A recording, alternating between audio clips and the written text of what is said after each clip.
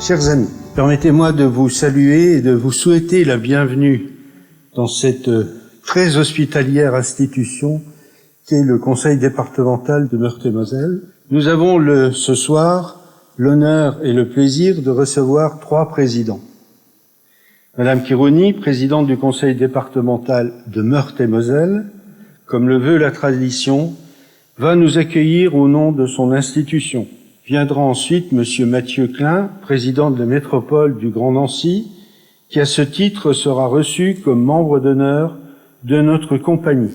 Enfin, nous entendrons la conférence solennelle de rentrée de Monsieur Florian Congoli, président directeur général de Flogen SA.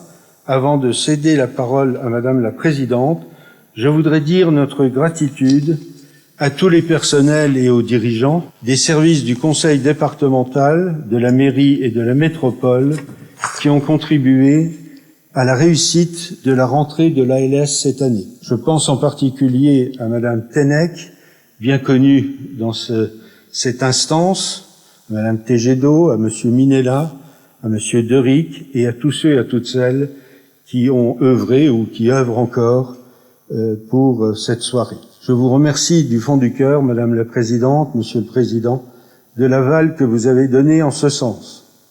L'ALS n'a pas été en reste non plus, et son secrétariat général n'a pas ménagé sa peine, qui pour adresser les convocations, qui pour faire imprimer les programmes, qui pour communiquer et faire venir la presse, fort nombreuse lors de la conférence de presse, qui s'est tenue il y a 2 heures environ pour écouter Monsieur Congoli.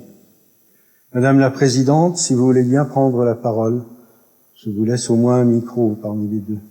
Monsieur le Président, Messieurs les Présidents, Monsieur le Maire, cher Mathieu, Monsieur Florian Congoli, Mesdames et Messieurs en vos grades et qualités, Mesdames et Messieurs, chers amis.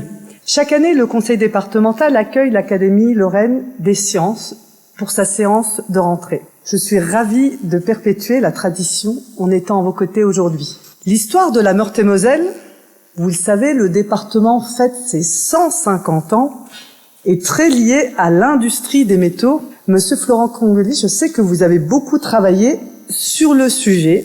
Les activités liées à l'extraction de la minette, le minerai de fer lorrain, ont transformé la sociologie et les paysages du PIO jusque dans les années 70 et sont désormais un pan important de la mémoire de notre département. Aujourd'hui, la Meurthe-et-Moselle est un territoire d'innovation et de recherche qui bénéficie notamment du dynamisme de l'Université de Lorraine et de ses 1800 doctorants, ses 10 pôles scientifiques et ses 60 laboratoires. Le Conseil départemental et l'université sont en partenariat étroit et recherchent les meilleures synergies. Les champs de coopération sont vastes entre l'université et les politiques départementales. Le développement durable reste un axe fort de recherche et d'action, car c'est un sujet de préoccupation partagé entre nos collectivités et la communauté scientifique. Les travaux sur l'adaptation au changement climatique occupent une place importante, et à raison, car la science joue un rôle essentiel dans la démonstration du dérèglement climatique, mais également dans la recherche sur notre capacité à nous protéger et surtout à adapter nos modes de vie. Bravo à Monsieur Florent Congoli, médaillé d'or de la ville de Nancy, pour ses travaux qui vont depuis longtemps dans le sens du développement durable. C'est un honneur de vous recevoir dans les murs de notre collectivité. Merci à l'Académie Lorraine des sciences pour son action d'information, de pédagogie et de diffusion de la connaissance scientifique. Le dernier rapport du GIEC nous rappelle que dans les années à venir, il faudra faire des choix déterminants pour le vivant. Les habitants, mais surtout les jeunes générations, devront avoir entre leurs mains des clés de compréhension des enjeux climatiques et écologiques pour prendre de bonnes décisions. La première étape est de mener un travail de vulgarisation des sciences qui contribue à combattre les idées populistes qui occultent les réalités scientifiques. Dans la lignée de Mathieu Klein, la culture scientifique et technique reste un axe fort de la politique du département, incarnée notamment par la Cité des paysages à Sion, dont la programmation est développée autour du lien entre les sciences du vivant, la culture et l'agriculture.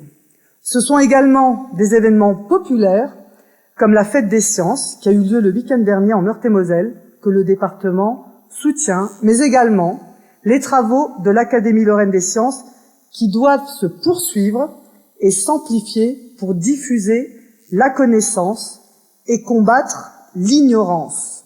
Dans un monde où certains tentent de démonétiser la parole scientifique, il vous faut nous faire entendre et entrer en résistance. Bravo et merci pour votre travail et bonne séance de rentrée à toutes et à tous. Je vous remercie. Monsieur Mathieu Klein a été élu maire de Nancy et dans la foulée président de la métropole du Grand Nancy au printemps dernier. Cette étape d'une carrière politique que je pressens brillante est l'aboutissement provisoire d'une longue période dédiée au service de ses contemporains, sous la houlette du président Diné d'abord, puis à la présidence du conseil départemental qui nous accueille aujourd'hui. Apprendre la politique sous la férule de Michel Diné ou en s'opposant à André Rossineau vaut sans nul doute tous les sésames que délivre l'institution de la rue Sainte-Marguerite à Strasbourg. À titre personnel, je n'ai cependant pas le sentiment que ce soit la technicité, éventuellement l'habilité qui caractérise le mieux Mathieu Klein en politique. C'est plutôt sa capacité d'écoute et son intelligence de l'initiative sociale qui sont, à mon sens, sa marque de fabrique. Nous avons pu bénéficier d'un des tout premiers vaccinodromes anti-Covid installés dans ce pays au Palais des Congrès de Nancy. L'appellation n'existait pas vraiment quand M. Klein en a conçu le principe et il a donc pu être imité ailleurs. Je sais que son action est scrutée de près, à Paris comme ici, et que tant de tourbillons de la vie nationale politique aimeraient l'aspirer. C'est pourquoi je tiens à le remercier d'avoir libéré du temps pour nous rejoindre ce soir. L'Académie française a été fondée à la fin du premier tiers du XVIIe siècle sous le règne du roi Louis XIII. Le cardinal de Richelieu, Premier ministre en exercice, en devient officiellement le protecteur dès l'époque de la création. Ce noble terme consacrait le rôle éminent joué par le cardinal dans la conception de l'Académie et aussi la tutelle morale, à défaut de direction, qu'il exerça sur elle. Ce terme s'est perpétué depuis cette date et s'applique désormais aux chefs d'État en exercice. À notre échelle, et pour ce qui concerne notre compagnie, il s'instaure du temps d'André Chaunet, président du district urbain de Nancy, prédécesseur de l'actuelle métropole, et prend tout son sens sous le règne d'André Rossineau, qui a toujours su nous aider financièrement autant que moralement, et nous a accueillis dans l'enceinte de la métropole du Grand Nancy.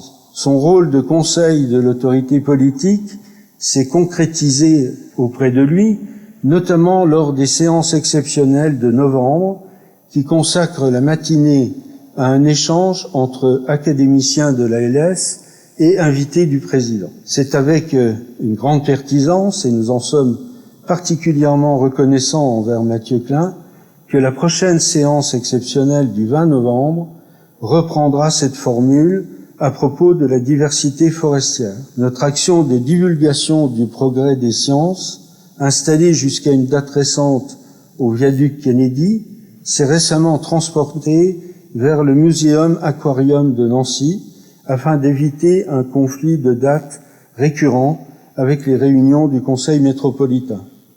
Nous restons donc ainsi dans une dépendance de la maison commune et la séance mensuelle de juin dernier à démontrer la faisabilité de cette nouvelle modalité. Cher Monsieur Klein, Monsieur le maire, Monsieur le Président, je vous reçois ce soir avec beaucoup de plaisir au nom de notre conseil d'administration qui a approuvé votre nomination en tant que membre d'honneur de notre compagnie. Nous vous sommes reconnaissants d'avoir accepté de figurer sur notre liste de membres d'honneur, où vous rejoignez votre prédécesseur dans vos fonctions actuelles, d'éminents confrères luxembourgeois, dont le professeur Sec, président de la section des sciences de l'Institut Grand-Ducal, ici présent, que je suis heureux de revoir parmi nous après cette période covidienne.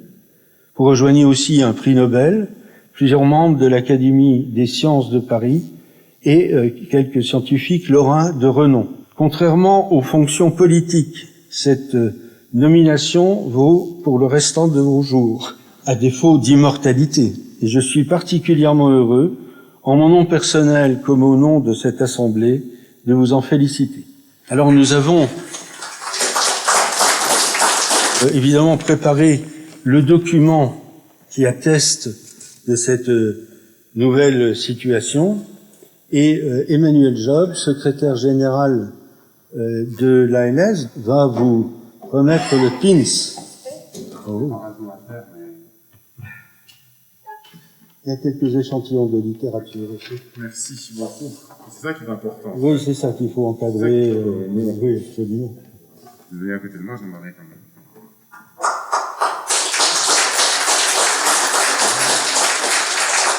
Cher Jean-Marie, je vous remercie et je remercie évidemment l'ensemble des administrateurs et des sociétaires que je suis honoré de rejoindre ce soir à travers cette distinction que vous me faites le privilège d'acquérir. Je le dis d'autant plus que j'ai bien à l'esprit ce rôle de protecteur bienveillant. Je ne crains pas que vous soyez embastillés, tout du moins, donc je ne le souhaite à personne, donc je ne pense pas avoir à mettre en œuvre les mêmes armes que Richelieu en son temps, mais je serai néanmoins à vos côtés pour protéger l'idée même de la rationalité.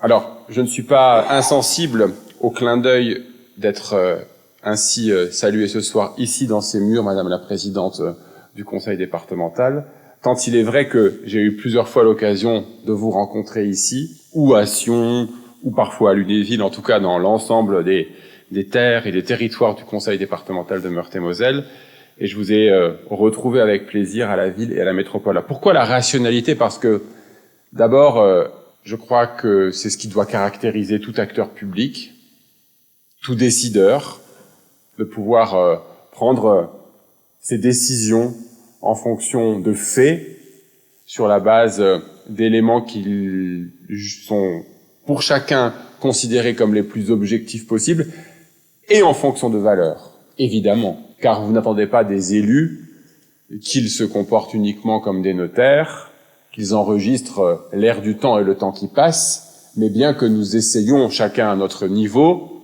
eh bien, de faire que les valeurs que nous portons se traduisent. Et parmi les valeurs qui me sont chères, celles de la raison, de l'esprit des Lumières, qui d'ailleurs épouse celle des valeurs de la République, et dans un territoire comme le nôtre, elle résonne au-delà des clivages traditionnels. Vous avez eu l'amabilité de citer Michel Dinet et André Rossineau. D'un certain point de vue, je me situe bien évidemment dans la filiation intellectuelle, philosophique, culturelle, politique de Michel, mais j'emmène aussi avec moi, dans mon engagement de tous les jours, une large part du bagage d'André Rossineau qui a modelé, façonné, fait grandir, porté ce territoire.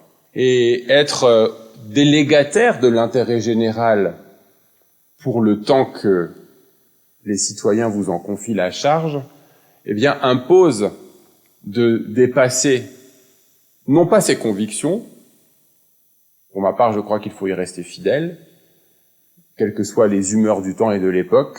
Il faut savoir d'où l'on vient, être solide sur ses convictions pour justement pouvoir avancer, mais ne pas confondre les convictions et le sectarisme. Savoir que on peut mêler conviction et intérêt général chaque jour, et qu'on doit le faire.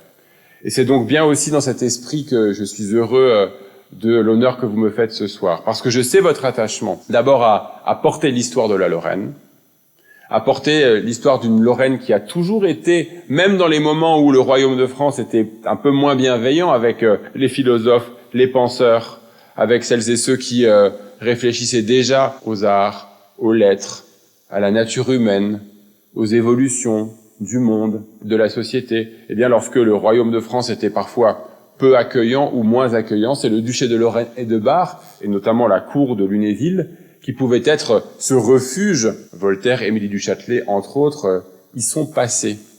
Alors l'héritage lorrain, c'est aussi cela. L'héritage lorrain, c'est aussi celui, Shahin Skirouni l'a rappelé tout à l'heure, de se précipiter de la guerre de 1870, de la signature du traité de Francfort, de la création de la Meurthe-et-Moselle telle que nous la connaissons aujourd'hui, 150 ans plus tard, qui a fait de Nancy la capitale de l'Est de la France, la capitale aux marches de l'Est, qui a évidemment été cette terre d'accueil, cette ville d'accueil des optants, de celles et ceux qui voulaient rester français, et l'école de Nancy, pour ne citer qu'elle, il y aurait tant d'illustres personnalités à mettre en valeur, mais pour ne citer que l'école de Nancy, elle est née dans ce tourbillon historique, culturel, industriel, scientifique, qui a façonné et qui façonne aujourd'hui encore l'héritage que nous avons en commun.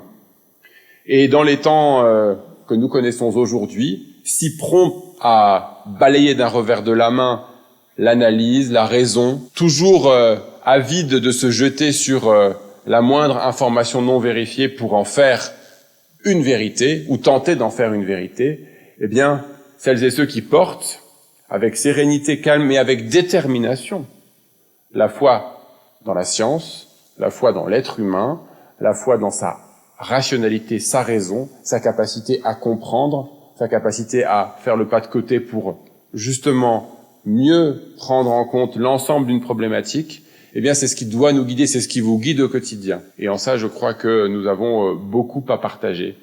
La période qui, je l'espère, je le dis en espérant ne pas faire de fausses prophéties, s'achèvera, cette période de crise sanitaire a été à la fois comme un exhausteur pour toutes celles et ceux qui tapis parfois derrière leur clavier ou leurs écrans, imaginer pouvoir injecter dans le monde tant de fausses vérités, de fausses nouvelles. Eh bien, on l'a vu avec le débat sur la vaccination, vous avez eu l'amabilité de rappeler que Nancy a été la première ville de France à vacciner les plus de 75 ans, une semaine avant tout le monde, pas parce que nous aurions eu des codes secrets, mais parce que quand tout un territoire se mobilise, quand ensemble les médecins, les politiques, les acteurs économiques, les universitaires mettent leurs énergies, leurs moyens en commun au service d'une cause, eh bien oui, là on peut commencer à déplacer les montagnes. Et moi c'est ce que je souhaite que nous continuions à faire. Et je veux terminer en vous remerciant de l'engagement qui est le vôtre, parce que vous prolongez ainsi pour certains un engagement universitaire, une profession, une passion, parfois les deux, les trois. Vous prolongez à l'Académie Lorraine des Sciences ce parcours de vie qui vous rattache tant aux racines lorraines que nous avons en commun que à l'essence même de cette philosophie rationaliste de la destinée de l'humanité que nous partageons. Alors, pour tout cela, je vous remercie. Je vous remercie encore une fois de la responsabilité que vous me conférez ce soir, et vous savez pouvoir compter sur nous, départements, villes, métropoles et bien d'autres encore, et là encore, quelles que soient les femmes et les hommes qui ont à présider à leur destinée, pour poursuivre cette fidèle et constructive aventure commune. Merci à toutes et à tous.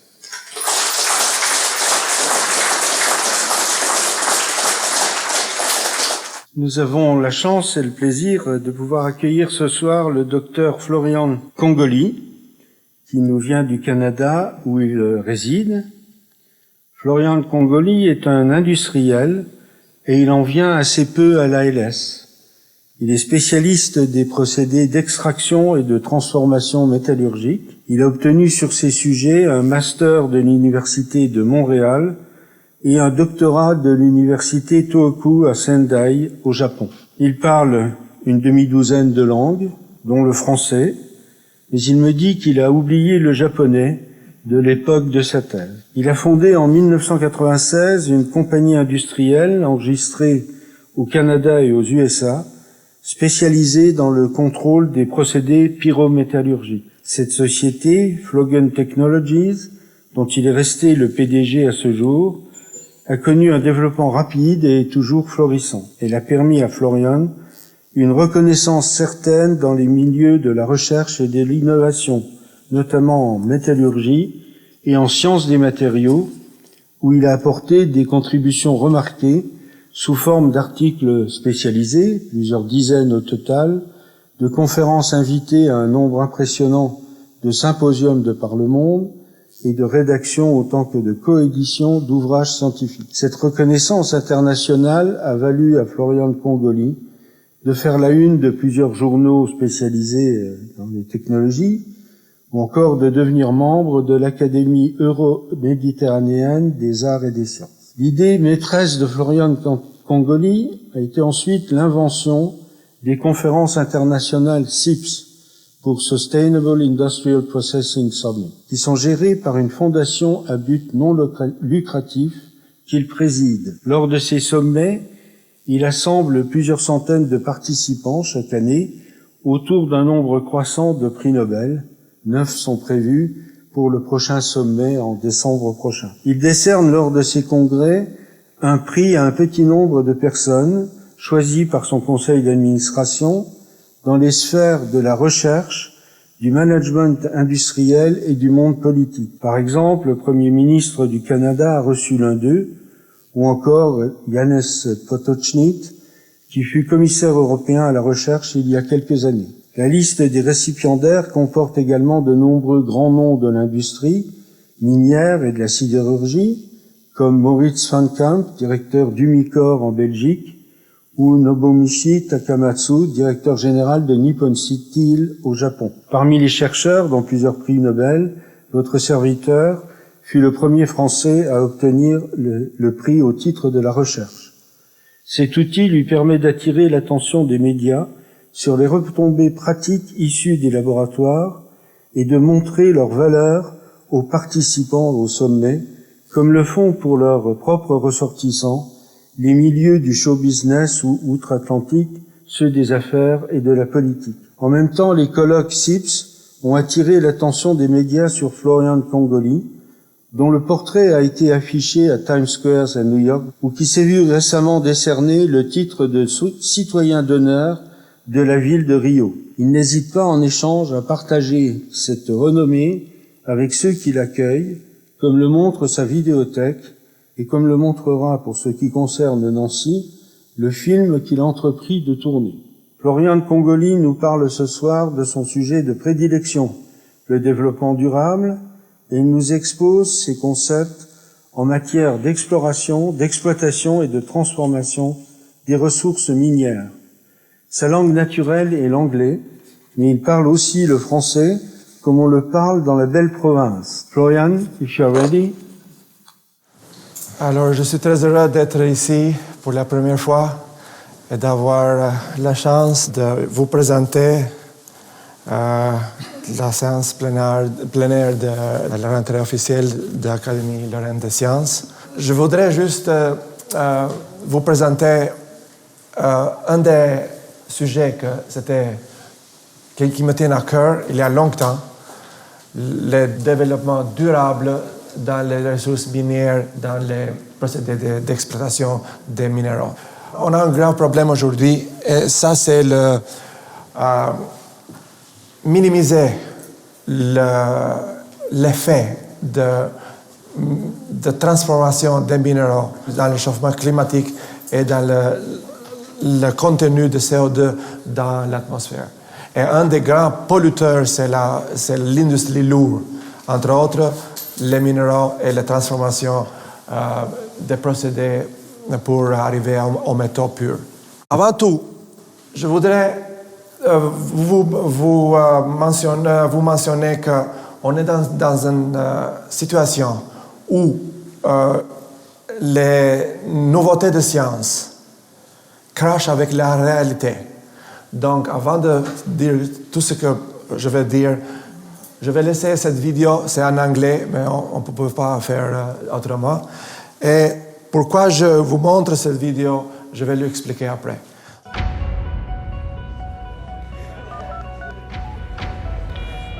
112 operator, what is your emergency? It's my dad. I think he had a heart attack. Please help. He's not breathing anymore. Please stay calm. What's your name? Joanna. Good, Joanna. We've got your location. The ambulance drone is on its way. Remove his top shirt to uncover his torso. Okay. Great. Can you go to the nearest exit? The ambulance drone is almost there. Okay. I'm outside.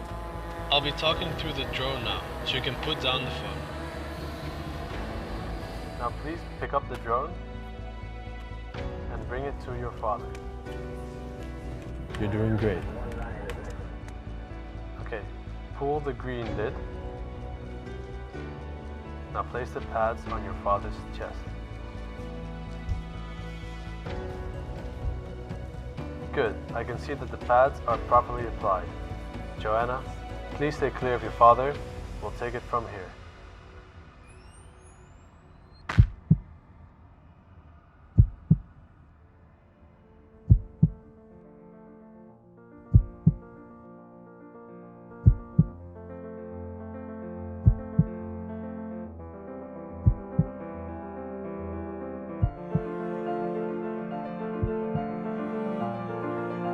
Hi, I'm Alec Momon. I'm a graduate student at the TU Delft working on a project for Living Tomorrow and UZ Gent.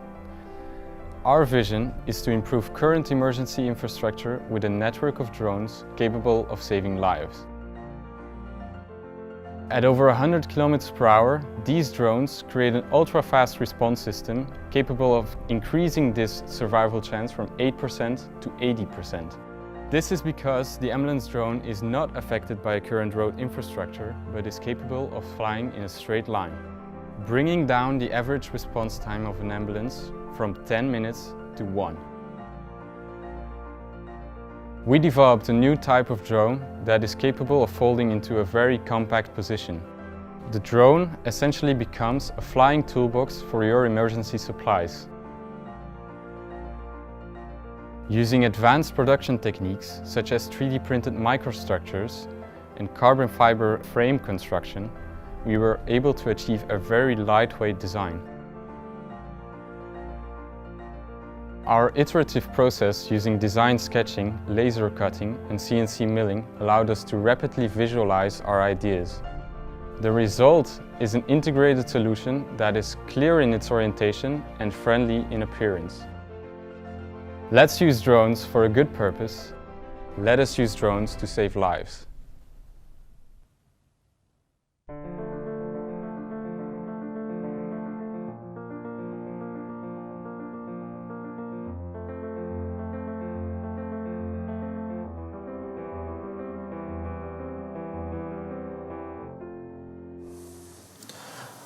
Et une autre vidéo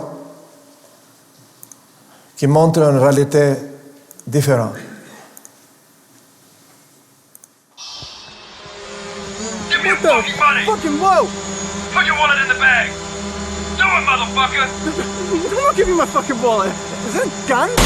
Whoa, I whoa, start a whoa, bitch? whoa, Jesus Christ. Hang on, I got Shoot you in the it. fucking face! Put the money in the bag now! What you got? What? Je vous explique plus tard pourquoi j'ai montré les deux vidéos. Alors, c'est quoi la définition et les critères de développement durable? D'abord, c'est protection environnementale.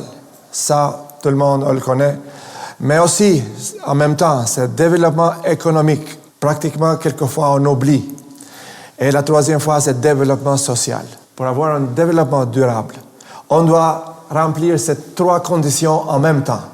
Si une de ces conditions n'est pas remplie, on n'a pas de développement durable. Il y avait toujours dans la littérature une confusion totale dans la définition et les facteurs qui influencent dans un développement durable. Normalement, il y avait plusieurs critères, plusieurs acteurs. les objectifs ont été mélangés. J'ai participé dans plusieurs conférences, dans plusieurs réunions de plusieurs sociétés. Tout le monde, il disait il faut entrer dans la définition de durabilité, le gouvernement, la culture, les droits des autochtones. Tout le monde voulait mettre là-bas tout. Mais toutes ces questions sont tous importantes. Le problème est que ça a créé une confusion dans la définition de développement durable, du concept de développement durable. À cause de ça, nous, on a vu que la culture a fait un fait de développement social. La politique, le gouvernement, les institutions sont les acteurs. Les lois, ils peuvent atteindre ou compromettre les critères de développement durable. Donc, il y a une différence entre les critères et les acteurs qui peuvent aider ou détruire le développement durable. Et à cause de ça, nous, on a développé un cadre nouveau de la durabilité. Les acteurs que j'ai mentionnés qui peuvent atteindre ou compromettre le développement durable, d'abord, c'est la science, technologie et la pratique industrielle. La gouvernance exécutive, législative et juridique et l'éducation et la société civile. Pour nous, ce sont ces trois piliers ou les facteurs principaux qui ont un effet sur le développement durable. Si ces piliers coopèrent ensemble et le but est de remplir simultanément les critères de durabilité, alors nous, on est dans la bonne voie. Et ici, c'est notre définition de cadre de développement durable. Donc, les trois critères, c'est le développement social, la protection environnementale et la croissance économique. Si on remplit ça en même temps, on a de durabilité.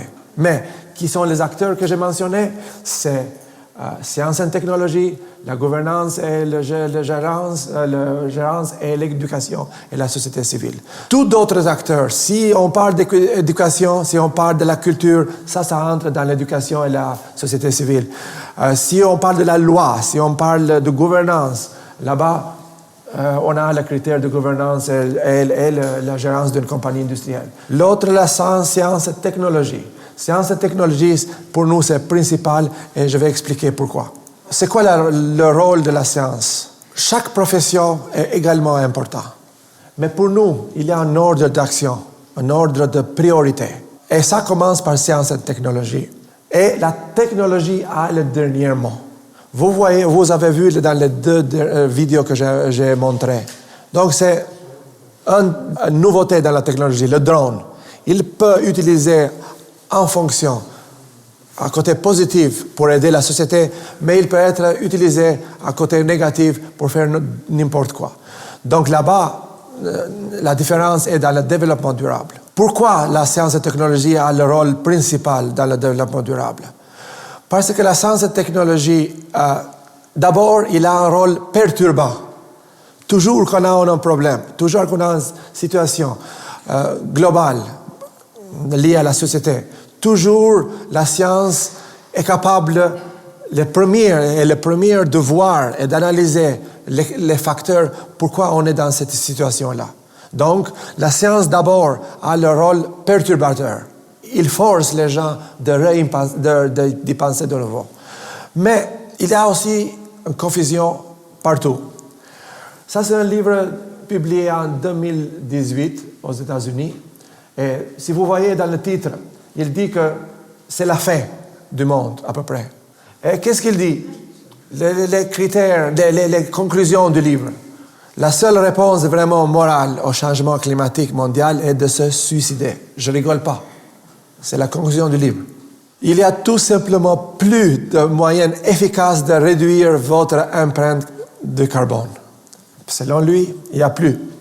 Une fois mort, vous n'utilisez plus de l'électricité, vous ne mangez pas de viande, vous ne brûlerez pas plus d'essence et vous n'aurez certainement plus d'enfants. Et on sauve le monde, selon l'auteur.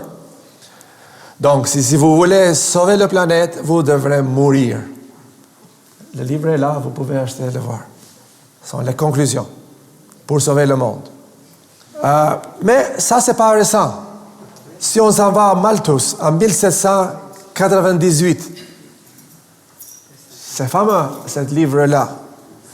Il a eu un modèle mathématique et il a dit que la population augmenterait de façon exponentielle tandis que la production alimentaire ne augmenterait que de manière arithmétique et provoquer la famine à moins que la naissance ne soit contrôlée. 1798. Est-ce qu'il était erroné? Le modèle mathématique, c'était à peu près vrai. Depuis 1955, la population augmentait plus que 2 fois supérieure au taux de maximum prévu de Malthus. Donc, le modèle mathématique, c'était pas faux. Donc, qu'est-ce que ça veut dire? Ça veut dire que ce livre-là, il a perturbé la réalité. Il a forcé les gens de repenser. Donc, jusqu'à maintenant, il n'y a pas de problème. Le problème est que les solutions proposées étaient à l'extérieur de sciences et de technologies. C'était une solution au niveau politique. Qu'est-ce qu'il a proposé? Réduire la population avec contrôle positif, augmenter le taux de mortalité en utilisant la faim, la maladie et la guerre. Contrôle préventif, réduire le taux de natalité en utilisant l'avortement, le contrôle de la naissance, la prostitution, le rapport du mariage et le célibat. Il y a deux côtés de la médaille ici. La première partie est correcte à peu près. Donc, le modèle mathématique, c'est pas faux. Mais les solutions qui sont proposées sont à l'extérieur de la science, c'est au niveau politique. Un livre très fameux aux États-Unis, en 1975. Qu'est-ce qui ça va arriver là-bas en 1975? Les conclusions du livre, il serait impossible de nourrir l'ensemble de la population mondiale à court terme. Une famine généralisée en serait le résultat inévitable en 1975.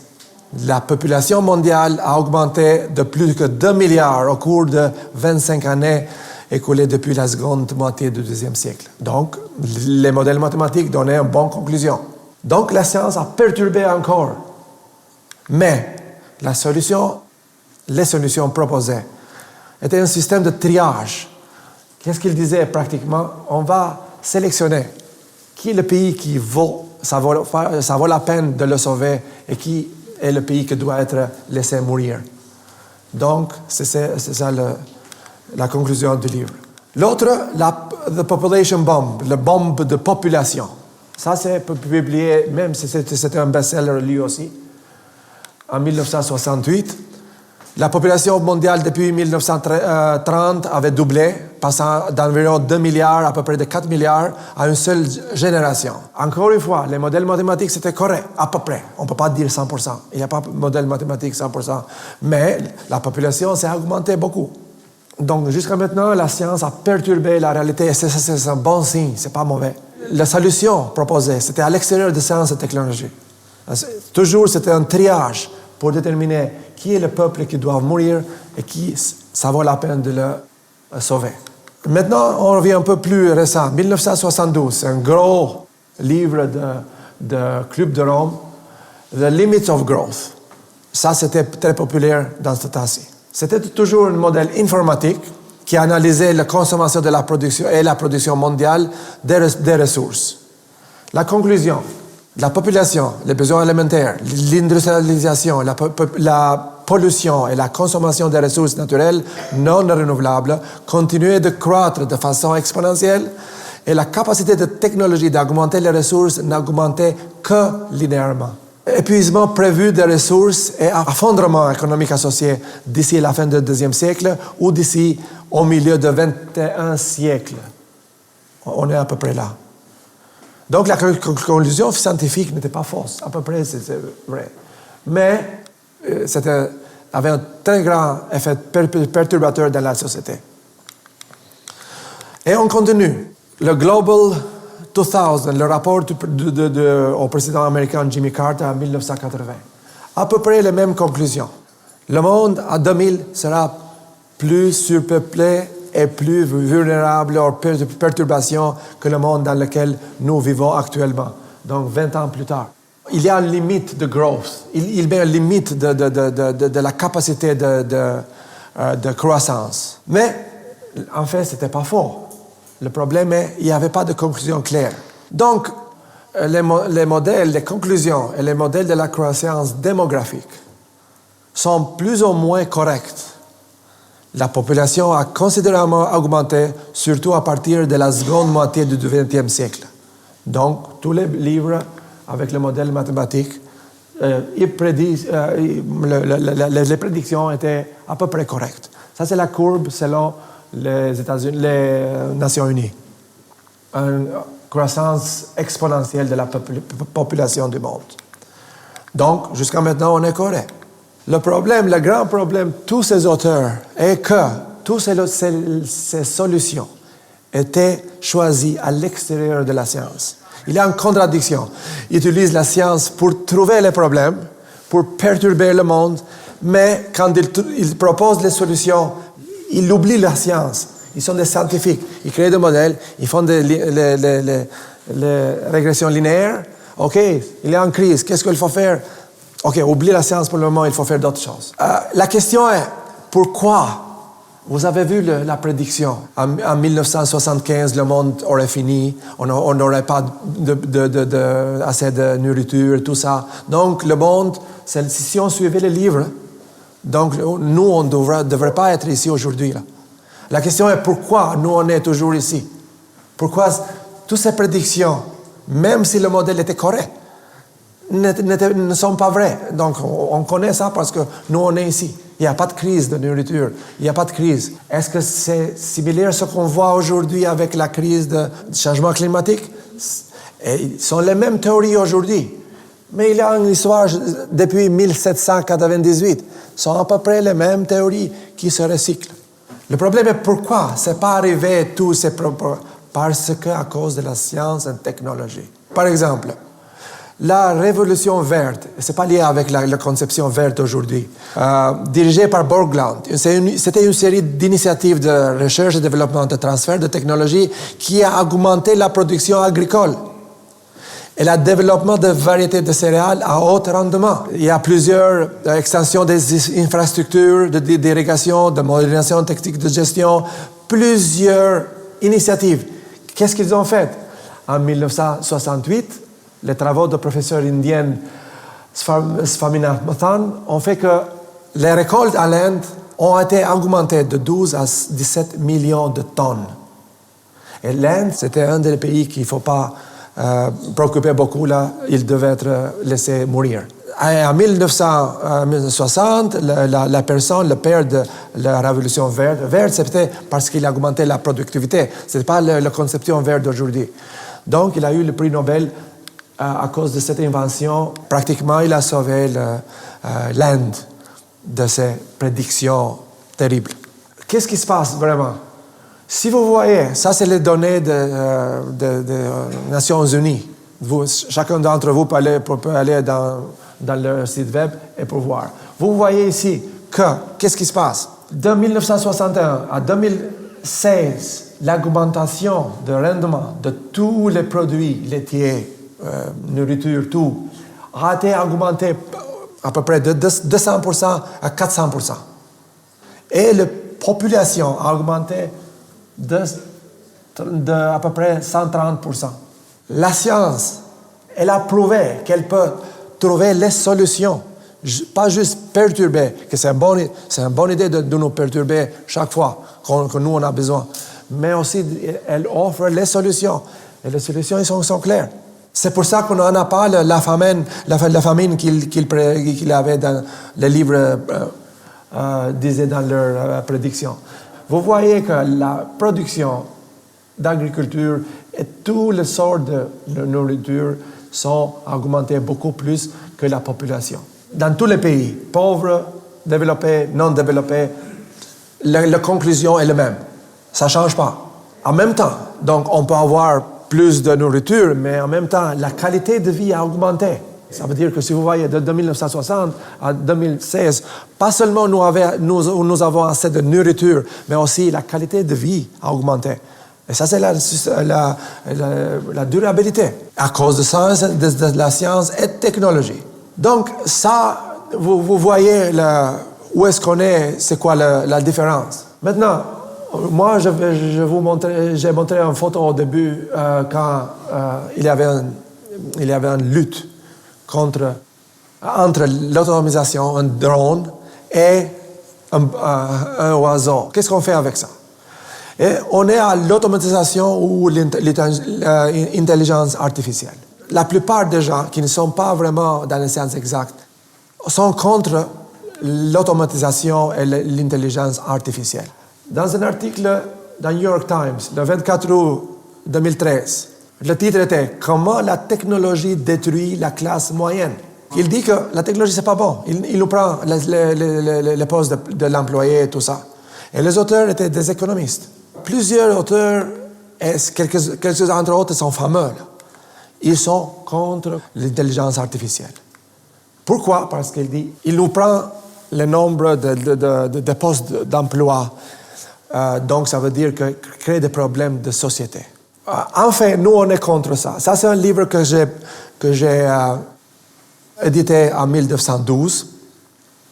Et maintenant, il a à peu près plus que 80 000 copies downloadées.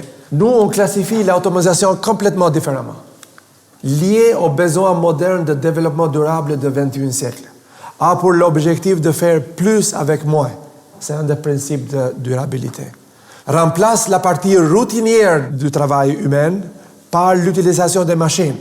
Quelques postes seront perdus. Une partie des travailleurs qui travaillent dans la routine, ils ont besoin d'avoir notre éducation pour se concentrer dans la partie plus innovative. Et en même temps, il augmente la qualité des produits et la productivité.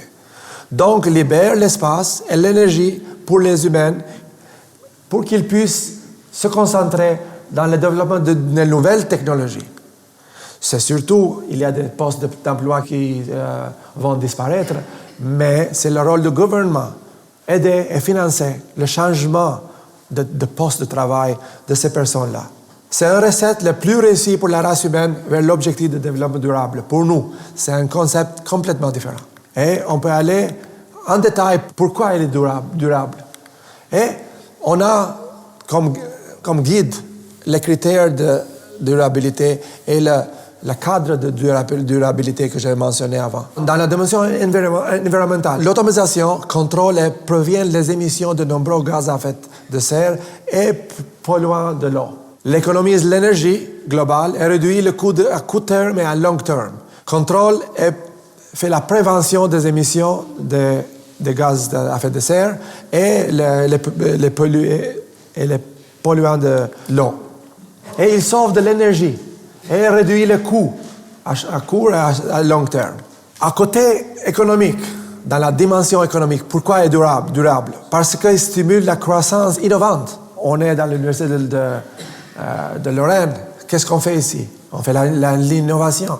Crée et maximise la valeur ajoutée, augmente la productivité, l'efficacité et la qualité des produits au-delà de ce que nous pourrons être réalisés par l'être humain. Économise du temps, des efforts, des ressources financières dans le cycle global et dans son ensemble. Et favorise la création de nouveaux emplois, mais qui sont plus innovatifs, pas la routine, dans plusieurs domaines. Ça, c'est le deuxième critère. Mais à côté de dimension sociale, augmente le niveau de vie des humains, car elle, en remplaçant les tâches routinières et chronophages, il libère l'espace pour une meilleure qualité de vie. Toutes les routines peuvent être faites par les robots. Ça, c'est augmentation de la qualité de vie. La qualité de vie, ça s'améliore. Ça change la culture humaine de manière positive en préconisant une formation continue pour de nouveaux emplois non routiniers. J'ai mentionné déjà ça. Et aide la partition des bénéfices proportionnels aux emplois innovants qui sont créés. C'est vraiment une activité qui sert à développement durable. Mais c'est quoi le rôle du gouvernement ici? Le rôle du gouvernement est de financer tous ces gens qui perdent l'emploi à cause de l'automatisation, de les diriger vers les types d'emplois qui sont plus innovatrices. Ça, c'est le rôle du gouvernement. Et il aussi met en place des cadres légaux et judiciaires pour que les nouvelles technologies ne finissent pas comme la deuxième vidéo que j'ai montrée. chaque technologie peut être utilisée pour l'humanité ou contre l'humanité. Même Alfred Nobel, son invention, c'était le dynamite. Mais le dynamite, il était pour transformer les minéraux dans les mines. Et dans la guerre, il les transformait comme un moyen de la guerre. Donc, chaque technologie, il y a un risque. Et c'est le rôle du gouvernement, de cadre politique et juridique, de régler ce problème-là. Donc, chacun a un rôle. Une autre confusion. OK, recyclage ou mise en décharge? Qui est le plus durable? Et ici, la science a un rôle décisif. On parle d'un paradigme central de la science et de l'ingénierie des matériaux. Dans la littérature, vous allez voir que ce paradigme se décrit comme ça. C'est le traitement qu'on fait avec les matériaux. Ça nous donne une structure qui nous donne des propriétés qui assurent une performance. Et c'est correct. Le problème est qu'il y a quelque chose qui manque. Et nous, on a ajouté ici la réutilisation, recyclabilité. Il y a rien là-bas, mais là-bas, on n'était pas dans on ne connaît pas le développement durable là-bas. Nous, on a développé ça, le paradigme central modifié, les sciences et de l'ingénierie des matériaux. Donc, c'était notre contribution. Le paradigme central de la science et de l'ingénierie des matériaux a été décrit aussi par Olson en 2001 selon 7 schémas. C'est à peu près la même chose. Donc, on fait le traitement, on a une structure, on obtient des propriétés et nous donne une performance. OK, ça c'est objectif et moyen, ça c'est cause et effet. Mais ici, il y a quelque chose qui manque ici. Et c'est quoi? Qu'est-ce qu'il manque ici? C'est vraiment la dimension de développement durable que nous, on explique comme ça. Donc, c'est à peu près la même chose. On a un traitement, on a une structure, on a une propriété, on a une performance, mais il faut avoir un critère de recyclabilité dès le début. Quand on fait un nouveau matériel, quand on travaille, on essaie de trouver quelque chose qui est nouveau. Donc, jusqu'à maintenant, à la fin, nous, on pensait de la performance. Mais on ajoute aussi, il faut penser pour la recyclabilité aussi. On développe un matériel qui remplit tout ça, mais aussi il remplit la recyclabilité. Dès le début, il ajoute une restriction qui, quelquefois, c'est pas évident, c'est difficile, mais pour avoir un développement durable, il faut avoir ce critère-là, et ça, c'est un cycle. Donc, c'est quoi le rôle du gouvernement dans le recyclage? Il y a plusieurs compagnies qui ont couru, et ils ont créé des compagnies, des entreprises qui s'occupaient juste pour le recyclage. Dans un an, la plupart d'eux ont fait faillite. Pourquoi? Parce que les technologies n'étaient pas faisables. Pourquoi? Parce que le coût était très haut. Donc, on peut faire la transformation, on peut faire le recyclage, mais si le coût est très haut, on ne peut pas vraiment arriver à n'importe où, parce qu'on perd de l'argent. Alors, c'est quoi le rôle du gouvernement? De faire la subvention, ce n'est pas l'idéal, mais aussi de mettre en place un cadre juridique pour la collecte des déchets. Les compagnies privées ne peuvent pas faire ça. C'est le rôle du gouvernement. Aussi de sensibiliser la population pour la nécessité de technologies durables et le recyclage. Donc, le gouvernement a un rôle à faire. Mais, quand on fait un développement d'une technologie de recyclage, et le coût est très haut, c'est la science encore qui va trouver la solution. Alors, on ajoute le critère d'économie, la minimisation de coûts. Et alors, si on a une technologie de recyclage qui remplit la croissance économique, ça doit être feasible économiquement, alors on n'aura pas de compagnies qui auraient fait faillite, qui s'occupaient juste avec le recyclage. Pourquoi je fais ça? Au début, j'ai dit que la science est un grand disrupteur, mais elle fournit les solutions. Au début, il y a plusieurs années, les politiciens ont été critiqués parce qu'ils ne prenaient pas de décisions basées sur la science. Maintenant, les politiciens, ils font lip service, mais de toute façon, ils disent, OK, on se base sur la science, on se base sur les équations régressives, les conclusions de la science. Mais ils arrêtent là. Et ils ne voient plus, pas encore, la science comme un solutionnaire.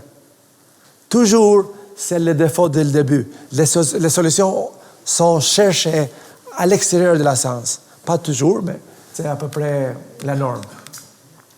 Donc, la science, c'est perturbateur, ça perturbe les frontières. Par exemple, le PDG de Daimler-Benz, il disait que les vrais concurrents de Mercedes-Benz sont Tesla, Google, Apple, Amazon. Uber, c'est un logiciel. Il n'y a pas de voiture, mais c'est à peu près l'une des grandes compagnies aujourd'hui de taxi au monde. Il n'y a pas de taxi. Airbnb, c'est un outil, c'est un logiciel. Il n'y a pas de propriété, il n'y a pas d'hôtel partout dans le monde, mais c'est une grande chaîne hôtelière. Et les logiciels diagnostiqueraient mieux le cancer que les humains. Ça, on est à peu près là. Donc, on perturbe toujours. Les logiciels reconnaîtront mieux les visages que les humains. C'est prévu qu'en 2030, les logiciels deviendront plus intelligents que les humains. Il y a un grand risque ici. J'ai montré les 2 vidéos au début. C'est ici le rôle du gouvernement, de faire le propre cadre juridique et politique pour que ça ne devienne pas ça ne devienne pas un risque. Mais le risque toujours est là. Le dynamite a été inventé pour les mines utilisées dans la guerre. Ce n'est pas une raison d'être contre le dynamite. Par exemple, je vous donne un autre exemple. On est dans une crise énergétique aujourd'hui. Qu'est-ce qui se passe? L'Allemagne, il a fermé à peu près tous les réacteurs nucléaires. Pourquoi? Le réacteur nucléaire, normalement, il produit une énergie propre. Le seul désavantage est qu'il y a un risque. Montre-moi en technologie qu'il n'y a pas de risque. J'ai montré les drones. OK, les drones sauvent les vies. Oh, mais il y a des gangsters qui utilisent les drones pour des criminalités. Et c'est quoi la conclusion? On élimine les drones? C'est la même logique qu'il y a dans l'Allemagne. Donc, il y a un risque. Oh, il peut arriver ça. OK, mais c'est la science et la technologie qui peut faire plus sécurisé. C'est des projets sans fin. Envoyer de l'argent aux chercheurs pour faire plus sécurisé. Fais ça. Les conclusions, quelquefois, les politiciens se perdent l'expertise. Il y a des pressions aussi, partout, dans la plupart des secteurs de société. Les logiciels conduiront mieux les voitures. Donc, ça, c'est à peu près, Google a fait ça. C'est pas sécurisé encore. Il y a plusieurs éléments. Mais ça ne veut dire pas que ça peut pas arriver. Il peut être utilisé pour des criminalités, mais oui. Mais on n'aura pas des accidents de voiture, normalement. Même on n'aura pas besoin de l'assurance de voiture. Alors, le lobby de l'assurance, ça va être dans la porte des politiciens. Il ne faut pas accepter ça parce que nous on perd le travail. Mais l'assurance, c'est routine. Donc, il faut aller chercher d'autres solutions innovatives. Donc, avec l'aide du gouvernement au début. Mais c'est ça, il faut se concentrer. Il ne perd jamais. C'est un business toujours gagnant. Il n'y a pas de société d'assurance qui a fait faillite dans le monde, jamais. On continue. Le logiciel scannera la rétine, effectuera une analyse de sang lorsque vous respirez dans un appareil. Ça sonne comme science-fiction, mais on est à peu près là. Est-ce que peut être utilisé? Est-ce qu'il y a un risque? Tous ces points-là, il y a un risque. Mais ça ne veut dire pas qu'il faut jeter dans la poubelle. L'eau propre, on a beaucoup de l'eau dans l'océan. Aujourd'hui, c'est pas feasible ça coûte très cher à lever pour le faire comme l'eau potable. Mais c'est possible. Ici, le problème est l'économie. Si tu fais une compagnie et tu t'occupes seulement avec ça, tu vas être avec les pertes. Sauf si le gouvernement donne l'argent, mais c'est pas la solution, ça. Et le logiciel identifiera toutes les maladies. C'est quoi la conclusion de tout ça? Atteindre la durabilité, premièrement avec la science et la technologie. Tous les moyens sont bons. De sauver l'eau, de laver les mains 2 fois. Au début, il disait, il ne faut pas se laver à l'Inde. C'était une théorie très connue. Et pour sauver de l'eau, il faut laver les mains 2 fois par jour. C'est vrai, hein? Et aujourd'hui, à cause de Covid, qu'est-ce qu'on dit? Il faut laver les mains 20 fois par jour. Toutes ces actions, on n'est pas contre. Le problème est, qui a l'effet primordial, c'est la science et la technologie. Qui sont les personnes qui donnent les solutions, les personnes les plus importantes au monde? Qui sont? Où est-ce qu'on les trouve? Quelque part? Non, c'est ici. Vous êtes les personnes les plus importantes au monde à côté de sustainabilité. Les scientifiques ne sont pas quelque chose pas inconnu. Oui, vous êtes le plus important au monde pour arriver à la développement durable. Donc, ça, cet objectif-là, c'était toujours les objectifs de Flogan Technologies en compagnie d'autres technologies, surtout dans deux voies.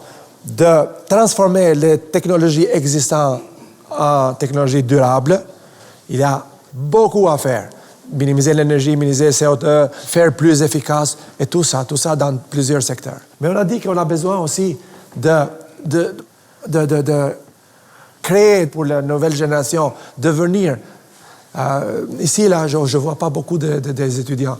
Donc, dans tous les pays développés, le nombre d'étudiants qui s'en vont en sciences et en technologie est en train de chuter, sauf la Chine. Seulement la Chine, le nombre des étudiants dans sciences et en technologie, c'est en train d'augmenter. Dans tous les autres pays, ça va comme ça. Parce qu'il y a plusieurs solutions. C'est pour ça, le rôle de cette société sans but non lucratif, c'est exactement ça. Et aussi, de mettre dans le piédestal les scientifiques. La société ne respecte les scientifiques comme il faut, ne respecte pas les ingénieurs comme il faut. Oui, nous, on respecte l'un à l'autre entre nous, mais nous, on est dans le bulle. La société ne voit pas avec les valeurs que nous, on apporte à la société. C'est une grande contradiction. Et aussi, le sommet de processus industriel durable, exactement, les objectifs sont là. Maintenant, nous, on a fait tout ça pour finir avec un ton positif. Donc, ça, c'est un des vidéos que nous, on a fait pour mettre en relief la coopération entre les entrepreneurs, les scientifiques, le gouvernement. Et aussi, pour nous, les scientifiques sont les Prométhéeus. Le Prométhéeus, vous connaissez l'histoire de Prométhéeus. Donc, lui, il était sacrifié pour l'humanité. Donc, juste deux petites vidéos pour finir.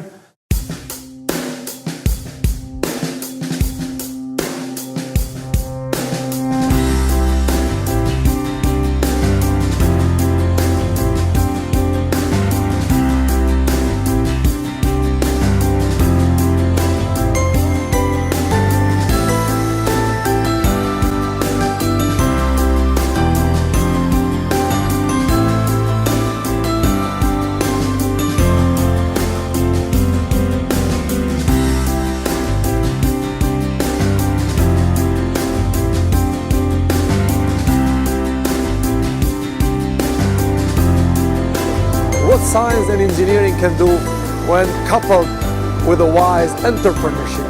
Here we witness one of the results. Rockefeller Center in the middle of New York City, a landmark of this city. It was built in 1930 by Rockefeller Jr., a wise entrepreneur who coupled with scientists and engineers and using the latest technology to build one of the highest skyscrapers of the time, to build the biggest park in New York City. This is what happens when science, engineering and entrepreneurship get together. They make things done. They change the face of cities and the world forever. This is all what CIPS is about. Come and join this action and change the face of the world forever through sustainable development.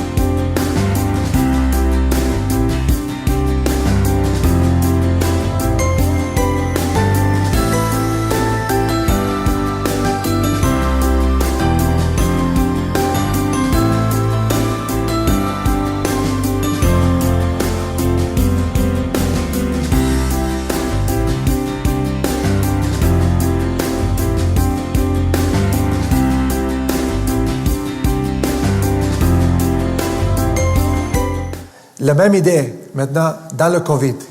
Qu'est-ce qui s'est passé pour finir? Ça, c'est la dernière vidéo pour finir.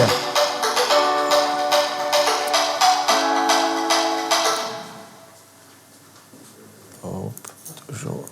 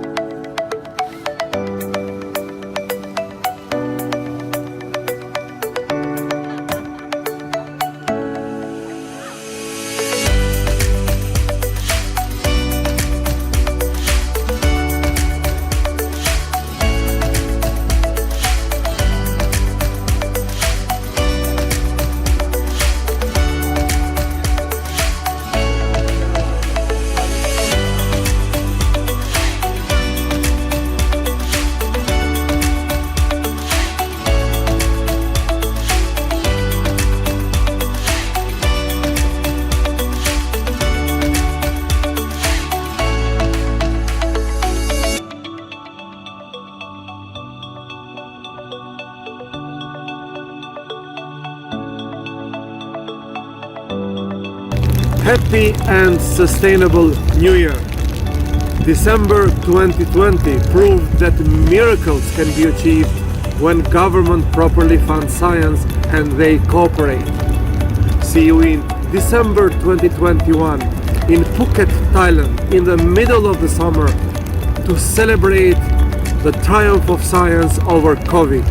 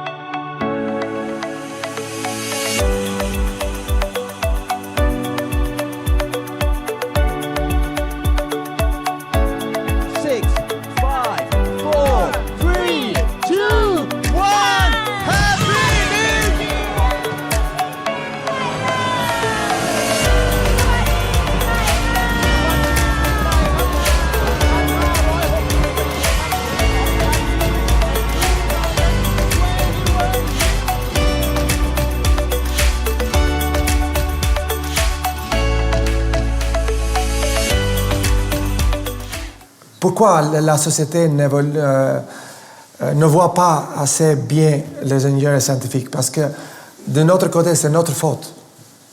Nous, on doit travailler ensemble pour augmenter le niveau de la respect de la société. Normalement, les scientifiques et les ingénieurs préfèrent d'aller dans les hôtels avec 3 étoiles. Quelquefois, quand ils voient des vidéos comme ça, ils disent « Oh, la compagnie ne me laisse pas. Pour nous, un hôtel avec 3 étoiles, c'est correct. On est des scientifiques, on est des chercheurs. C'est ça qu'on mérite. » Et c'est la chose que j'entends toujours dans plusieurs scientifiques et chercheurs.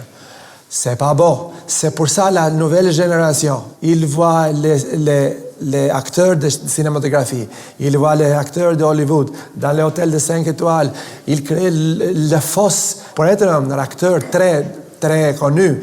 C'est du travail fort pendant plusieurs années. Ça vient comme ça. Mais ça, c'est misconfiguration, c'est misinterprétation des données. Donc, les plus belles places au monde, ça appartient aux scientifiques et les chercheurs et les ingénieurs. C'est intentionnellement pour augmenter ce qu'il manque chez nous, pour retirer les gens de venir dans les universités, dans le domaine scientifique. C'est ça le but, tout c'est intentionnellement, et on est au mi-chemin, on n'est pas tout là. Mais c'est ça mes derniers mots. Merci beaucoup.